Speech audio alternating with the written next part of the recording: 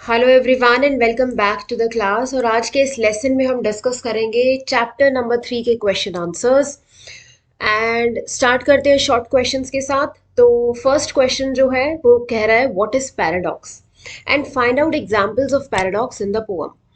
तो पैराडॉक्स क्या होता है? पैराडॉक्स ऐसी स्टेटमेंट होती है जो कॉन्ट्रोडिक्टरी है, मतलब जो दो ऑपोजिट्स दिखाती है। जैसे अगर हम एक स्टेटमेंट लिखें, फॉर एग्जाम्पल अगर एक स्टेटमेंट लिखी जाए विद और विदाउट यू, तो विद और विदाउट यू का मतलब क्या हुआ? विद और विदाउट यू।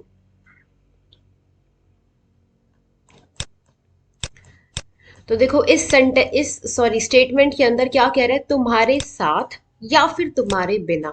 तो ये एक कॉन्ट्रोडिक्टरी स्टेटमेंट है जिसमें दो ऑपोजिट्स हैं, दो अलग अलग बातें बोली गई है। तो इसी को बोलते हैं पैराडॉक्स। तो पैराडॉक्स का मतलब क्या हुआ? ऐसी स्टेटमेंट जो कॉन्ट्रोडिक्टरी है, मतलब जो ऑपोजिट है, बट वो सच भी हो सकती है। फॉर एग्जाम्पल इस पोअम के अंदर जैसे अलेक्जेंडर पॉप ने लिखा, darkly wise and rudely great. मतलब मैन जो है वो वाइज भी है और उसके साथ साथ वो क्या कहते हैं, रूडली ग्रेट, मतलब रूड मतलब बुरा एंड ग्रेट मतलब वो विशाल भी है, वो बड़ा भी है। देन नेक्स्ट स्टेटमेंट में कहता है great lord of all things yet a prey to all. मतलब सब कुछ उसी ने बनाया है, सब कुछ। जो एक इंसान है उसने ये मटेरियलिस्टिक चीजें बनाई है, येट फिर भी वो इसमें जो है फंस जाता है। तो ये होती है पैराडॉक्स स्टेटमेंट, जिसके अंदर आप दो कॉन्ट्रोडिक्टरी स्टेटमेंट्स को बताते हो। Question number 2, why is that man can not be stoic. अब वो कहते हैं जो मैन है वो स्ट्रांग क्यों नहीं हो सकता?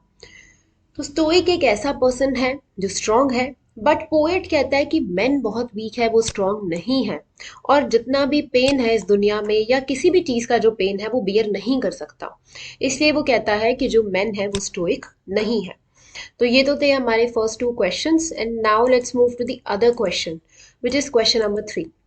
तो क्वेश्चन नंबर 3 में कहा है how is man struck between an angel and an animal. तो किस तरह से जो मैन है वो स्ट्रक है एंजल और एनिमल के बीच में। मतलब ना तो मैन एक गॉड की कैटेगरी में आता है, ना वो एक एनिमल है, बल्कि वो एक बीच का पर्सन है।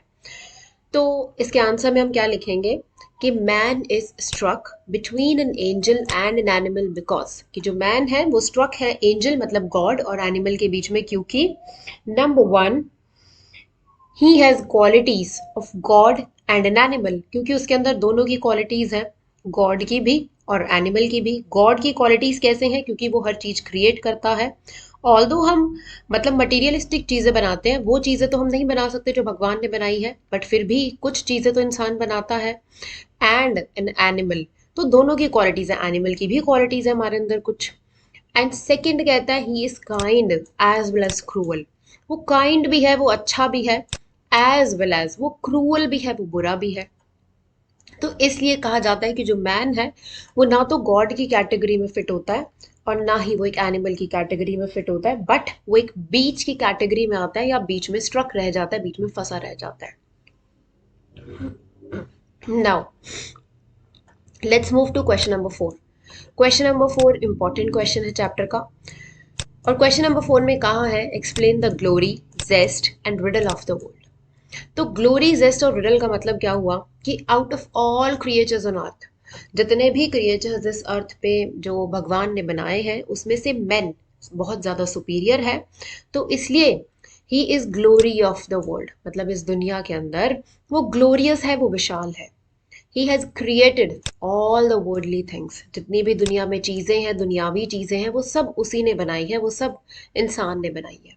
Yet he is slave to them, लेकिन फिर भी हम उन चीजों में फंसे रह जाते हैं, हम स्लेव हैं। एंड इसलिए कहता है कि मैन जो है वो एक जेस्ट है, मतलब एक जोक है। देन वो कहता है ही इज ए रिडल।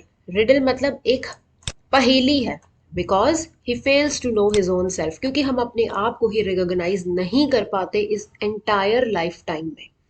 तो ये था आपका question number 4। I guess 4 questions clear हो गए होंगे। इन केस किसी क्वेश्चन में कहीं पे भी कोई डाउट है, you can ask it in the comment section. अब हम चलते हैं लॉन्ग क्वेश्चंस की तरफ।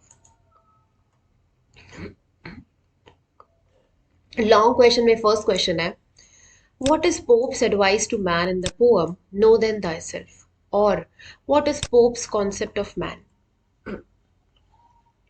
तो इसमें उसने कहा कि क्या एडवाइस अलेक्जेंडर पोप देते हैं मैन को इस पोअम के अंदर नो देन thyself में, या फिर क्या कॉन्सेप्ट है पोप का मैन को लेके। तो हम लिखेंगे in this poem Pope advises man not to study himself. तो इस पोअम में पोप क्या कहता है मैन को कि तुम जो है वो, सॉरी, वो एडवाइस करता है मैन को टू स्टडी हिमसेल्फ, ये नॉट यहाँ से हम हटा देंगे। Advises man to study himself कि अगर आपको कुछ जानना है तो आप अपने आप को जानने की कोशिश करो। He should not try to study God, और आप भगवान को समझने की कोशिश मत करो। ही सेज दैट, अब वो क्या कह रहे हैं, मैन मेक मिस्टेक्स, कि जो ह्यूमन बींग्स हैं वो मिस्टेक्स करते हैं, गलतियां करते हैं। Number two, he is wise as well as ignorant. हम लोग वाइज भी है, समझदार भी है, बुद्धि दे रखी है भगवान ने, एज वेल एज इग्नोरेंट भी है, बहुत सारी गलतियां भी करते हैं। Then he is rude as well as civilised. वो रूड भी है, वो बुरा भी बर्ताव करता है, एज वेल एज सिविलाइज्ड भी है, अच्छे से भी बिहेव करता है। ही इज डाउटफुल, और हमेशा डाउट में रहता है। Patience guide him and he always remains in doubts. और जो उसके patience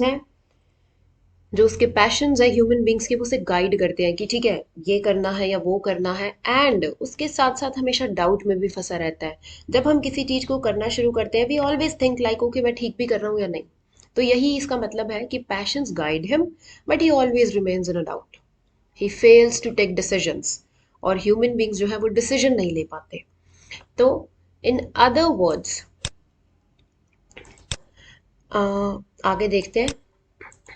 in other words, poet wants to say that man is created half to rise and half to fall। तो poet क्या कहता है कि जो मैन है उसको इस तरह से बनाया गया है कि ही इज क्रिएटेड, कि he is created half to rise, मतलब ही इज लाइक कि वो कुछ अच्छे काम करेगा but he will fall down also. And poet says that man is the glory of the world because of his intelligence. अब poet क्या कह रहे हैं, मैन जो है वो इस दुनिया में जो है वो ग्लोरी है, ही इज ग्लोरियस बिकॉज उसको बुद्धि दी है भगवान ने। एंड ही इज जेस्ट, या वो एक जोक है, एक मजाक है, क्योंकि वो मिस्टेक्स कमिट करता है इस बुद्धि के होने के बावजूद। And he is a riddle because he fails to know his own self. और वो एक रिडल है, एक पहेली है, क्योंकि वो अपने आप को ही पहचान नहीं पाता है। तो ये तो हो गया हमारे लॉन्ग का question number one. Now let's move to question number to.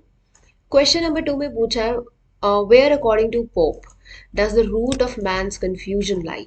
कि जो मैन की जो कंफ्यूजन है वो कहाँ लाई करती है, वो किस पॉइंट पे आके जो है कंफ्यूज हो जाता है।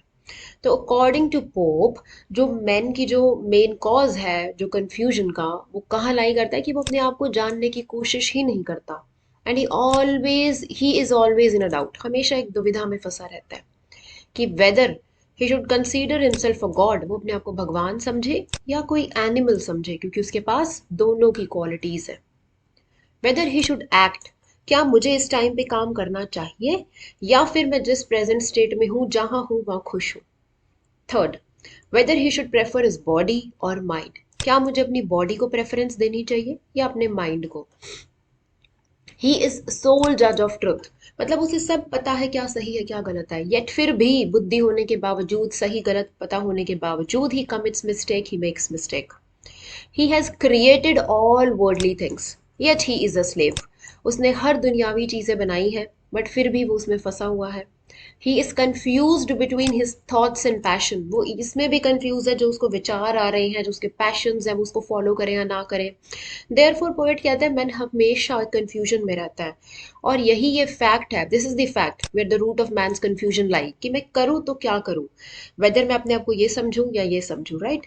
सो ये सारे पॉइंट्स थे जो हम इस क्वेश्चन में कवर करेंगे। ओके, सो आई गेस ये क्लियर हो गया होगा। Now let's move to the last question of this chapter which is question number three. और क्वेश्चन नंबर थ्री में कहता है, how do poetic devices like paradox, repetition, etc. help the poet reiterate his point of view? कि इन devices को use करके poet किस तरह से अपनी बात पे जो है जोर डाल रहा है, रिपीट कर रहा है उन्हें। तो poets generally reiterate their point of view by repeating it again and again. अब पोएम्स में क्या होता है, बेसिकली जिस भी बात को पोएट कहना चाहता है उसको बार बार रिपीट करता है। क्यों? ताकि वो पोएम इंप्रेसिव लगे रीडर को, अच्छी लगे पढ़ने में, एज वेल एज आपका इंटरेस्ट क्रिएट हो। In this poem know then thyself has used paradox. अब इस पोएम में जिसका नाम नो देन thyself है, अलेक्जेंडर पॉप ने इसके अंदर बहुत सारे पैराडॉक्स मतलब कॉन्ट्रोडिक्टरी स्टेटमेंट्स यूज किया। अब पैराडॉक्स कैसी स्टेटमेंट होती है जो कॉन्ट्रोडिक्टरी है बट वो सच हो सकती है। पोएट ने बहुत सारे पैराडॉक्सेस यूज किए, such as darkly wise and rudely great. ऐसी रिपीटेशन पोइट ने क्यों यूज की है? ताकि वो मेन को ये याद दिला सके कि आप अपने आप को जानने की कोशिश करो और आप भगवान बनने की कोशिश मत करो। And he has used paradox to show that कि मेन जो है वो हमेशा कंफ्यूज रहता है कि वो किसको प्रेफरेंस दे, अपने माइंड को या बॉडी को, अपनी प्रेजेंट स्टेट में रहे या फिर वो एक्ट करे, वो काम करे। देन पोएट सेज दैट उसने सब कुछ खुद बनाया है येट फिर भी वो उसमें फंसा हुआ है, he is a slave. Then he is created half to rise and half to fall। अब मैन जो है वो उसको किस तरह से बनाया गया है कि he will rise but he will fall also, वो गलतियां भी करेगा। And many opposites are expressed by poet, और बहुत सारे ऑपोजिट्स को इसमें बताया गया है, सच एज स्केप्टिक का स्टोइक, एक्ट का रेस्ट और गॉड का बीस्ट। राइट? गॉड मीन्स भगवान, beast means animal, act means आप काम करो और रेस्ट मीन्स, एक्ट मीन्स आप एक्शन लो किसी काम के लिए, राइट, एक्टिव रहो, और rest means you are not doing anything. Then skeptic and stoic means one is not powerful and strong and the stoic means powerful and strong। Okay, तो ये था question number 3 and I hope यहाँ पर सारे questions जो है clear हो गए होंगे। In case you have any doubts or you want to ask something, do drop down your doubts in the comment section below, and thank you so much for watching the class. Do share it with your friends and stay tuned for the next class. Thank you so much.